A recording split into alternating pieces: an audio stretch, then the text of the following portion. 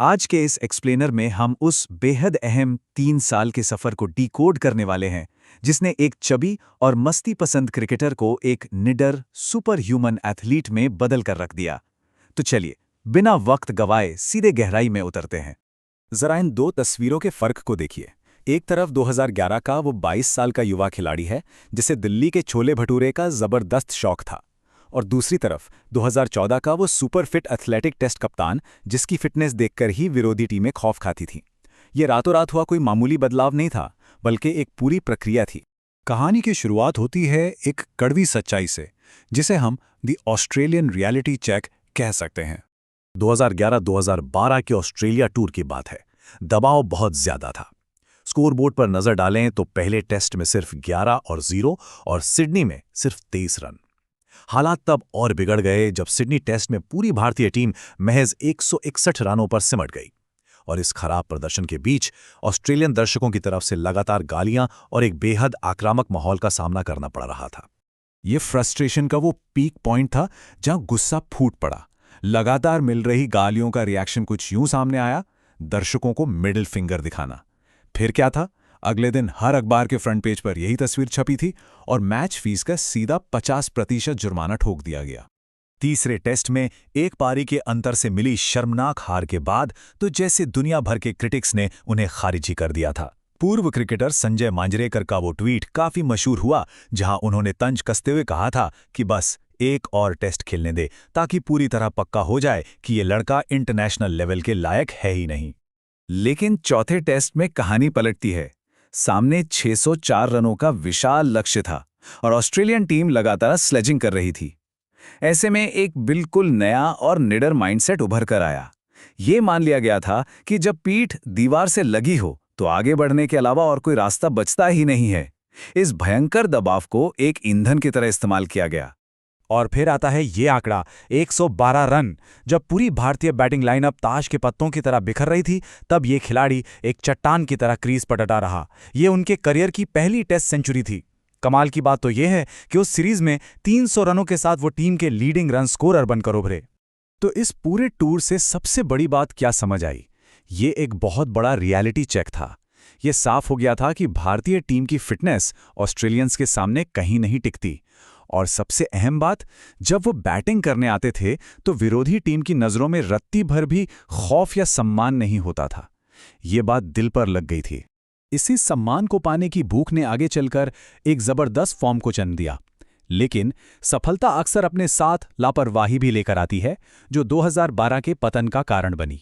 साल 2012 के शुरुआती महीनों में एक अलग ही दबदबा देखने को मिला। फरवरी में श्रीलंका की बॉलिंग को पूरी तरह ध्वस्त किया, फिर एशिया कप में 108 रन, और फिर पाकिस्तान के खिलाफ 183 रनों की वो ऐतिहासिक पारी। हर कोई यही कह रहा था कि लो भाई, सचिन तेंदुलकर का असली उत्तराधिकारी मिल गया। लेकिन इतनी जल्दी मिली इतनी बड़ी कामयाबी अक्सर दिमाग पर हावी हो जाती है। खुद उन्होंने बाद में कबूल किया कि 2012 के आईपीएल सीजन तक आते आते वो कुछ ज्यादा ही हवा में उड़ने लगे थे। ऐसा लगने लगा था कि अब तो कुछ भी कर सकते हैं, और खेल को हल्के में लिया जाने लगा। लेट नाइट पार्टीज, दोस्तों के साथ घूमना फिरना और खराब डाइट, इन सब ने फोकस पूरी तरह बिगाड़ दिया। इसका असर भी साफ दिखा। 16 मैचों में सिर्फ 2 half century, top 10 run scorers की लिस्ट से बाहर, और सबसे बुरा तो ये था कि टीम आरसीबी प्लेऑफ्स तक के लिए क्वालिफाई नहीं कर पाई। जब टीम को सबसे ज्यादा जरूरत थी, तब ये खिलाड़ी डिलीवर नहीं कर पाया। अपनी टीम को निराश करने की वो चुभन एक ऐसे टर्निंग पॉइंट में बदल रही जिसे हम द मिरर मोमेंट कह सकते हैं। टीम के आखिरी मैच के बाद होटल के कमरे का वो पल, वो सच में गेम चेंजर था। आईने के सामने खुद को बिना शर्ट के देखकर उन्हें खुद से ही नफरत सी हो गई।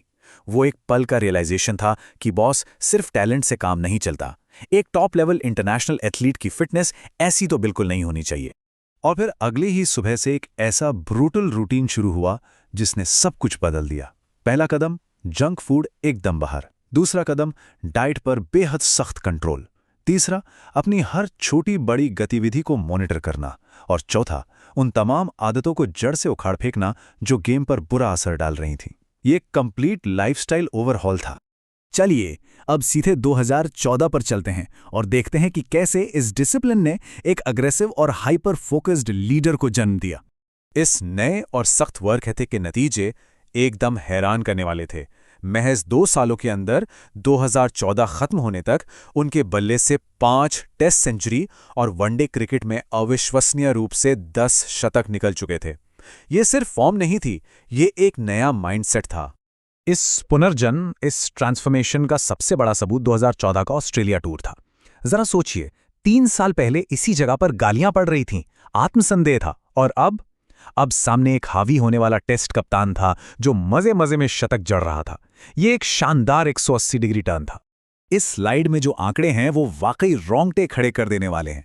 एमएस धोनी के रिटायरमेंट के बाद जब टेस्ट कप्तानी मिली तो ऑस्ट्रेलियंस के मन में ऐसा खौफ पैदा किया कि 4 मैचों में 4 शानदार शतक ठोक दिए। पहले टेस्ट की तो दोनों पारियों में सेंचुरी, और सिर्फ अपना गेम नहीं सुधारा बल्कि पूरी भारतीय टीम में एक ऐसा आक्रामक रवैया भर दिया कि टीम एक निडर अटैकिंग यूनिट बन गई। तो इस पूरे एक्सप्लेनियर को समेटते हुए हम क्या कह सकते हैं?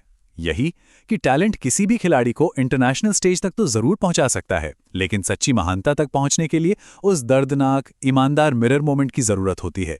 खुद को बदलने की वो अटूट इच्छा शक्ति ही एक आम इंसान को लेजेंड बनाती है। सोचने वाली बात यह है कि हमारी जिंदगी में वो मिरर मोमेंट कब आएगा? खैर, इस सफर में हमारे साथ जुड़ने के लिए बहुत बहुत धन्यवाद। मिलते हैं अगले एक्सप्लेनर में।